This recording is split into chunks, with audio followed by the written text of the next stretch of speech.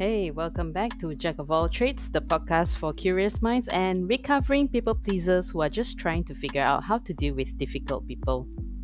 This is episode 12, and today we are diving into something that low key saved my sanity: understanding why not everyone who sounds rude is actually being rude. Sometimes people are just wired differently, and once I learned that, a lot of my old social migraines made way more sense. Okay, let's rewind a little. For years, I legit thought some people were just rude. Like, why are you replying to emails like you're mad at your keyboard? Why are you cutting me off mid sentence like this is a debate competition and I forgot my cue? When I was in corporate, oh boy, the abrupt emails, the frosty one liners, or the mid meeting ghosting, I'll take it all to heart.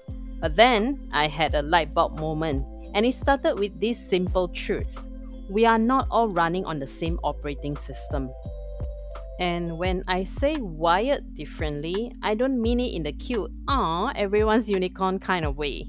I mean it in the literal, neurological, our brains are not the same kind of way.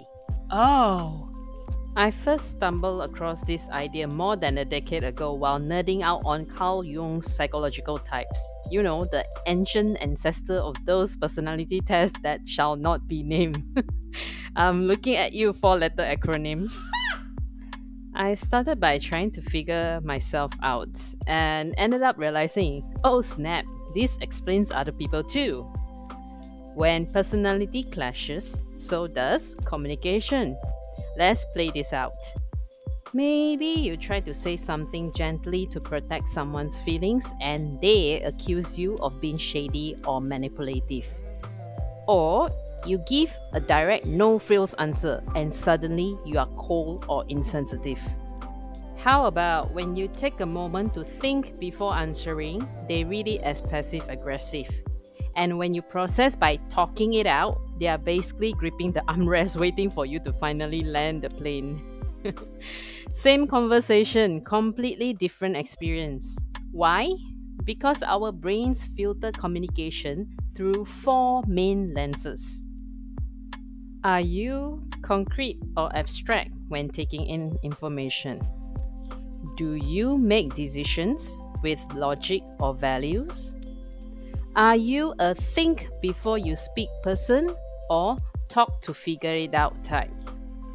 Do you recharge with people, the extroverts, or in peace and quiet, the introverts? Most of us assume our way is the default, but it's not. Now, what helped me stop taking everything personally? Here's the mindset shift that basically rescued my relationships and my mental health.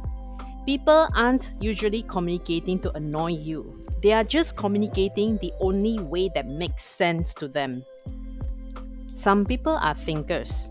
They value clarity and efficiency. Others are feelers. Hi, that's me.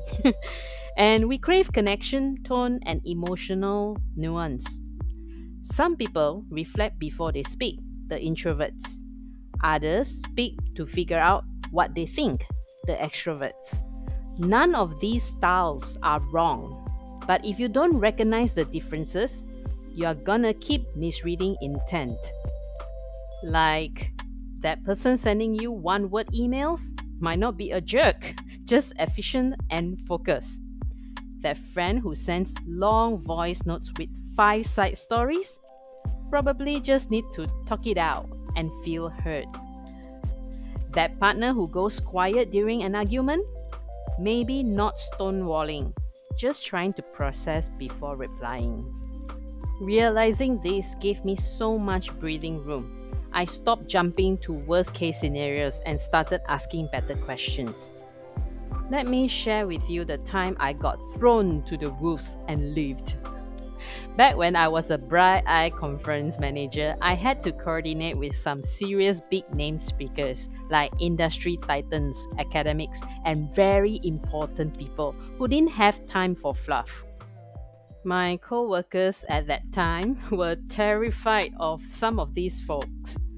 Oh, that guy? Rude, total diva. That woman? She'll eat you alive. Naturally, guess who got assigned to work with them? Yep, me, the new kid, human sacrifice. But here's the thing, I didn't approach them like there were problems. I approached them like they were people. Real, possibly grumpy, but ultimately decent people. Some didn't smile, some had sharp tones, sharp enough to slice open my inner child. And as someone who leads with feelings, that stung. So, I needed to remind myself that they are probably not trying to be rude. They are just direct communicators. So, I try not to take it personally. And guess what? Most of them responded to that energy. Some even softened, gave me a smile, shared a joke, let their guard down a little. Others, still stoic and blunt, but respectful. Efficient, zero drama, and I'll take that any day. The whole experience taught me friendliness doesn't always look like what you expect. Some people aren't rude, they are just wired for clarity, not coddling. Look, I'm not saying those personality models are gospel truth, but they do give me a compass for navigating the wild jungle of human interaction. Here's what I try to do now, and no, I'm not perfect, but it does help. First, I pause before interpreting. If someone's message feels sharp or confusing, I ask, is this just how they talk, or am I projecting my own style onto them? 9 times out of 10, that tiny pause makes a huge difference. Second, I adjust my language when I can, not to be fake, but to be kind. If someone values clarity, I add more context. If someone's sensitive to tone, I soften mine. If someone's all about getting to the point, I skip the small talk. Not like I enjoy them anyway. It's not about changing who I am. It's about speaking their language so the message actually lands. Third, I stop expecting people to read my mind. Sometimes I literally tell them what I'm doing, like I'm thinking out loud here, or I need time to process before I answer. Just that little clarification saves so many misunderstandings. If I could tell my younger self one thing, it'd be this. Not everyone communicates like you, and that's okay. It's not personal, it's neurological.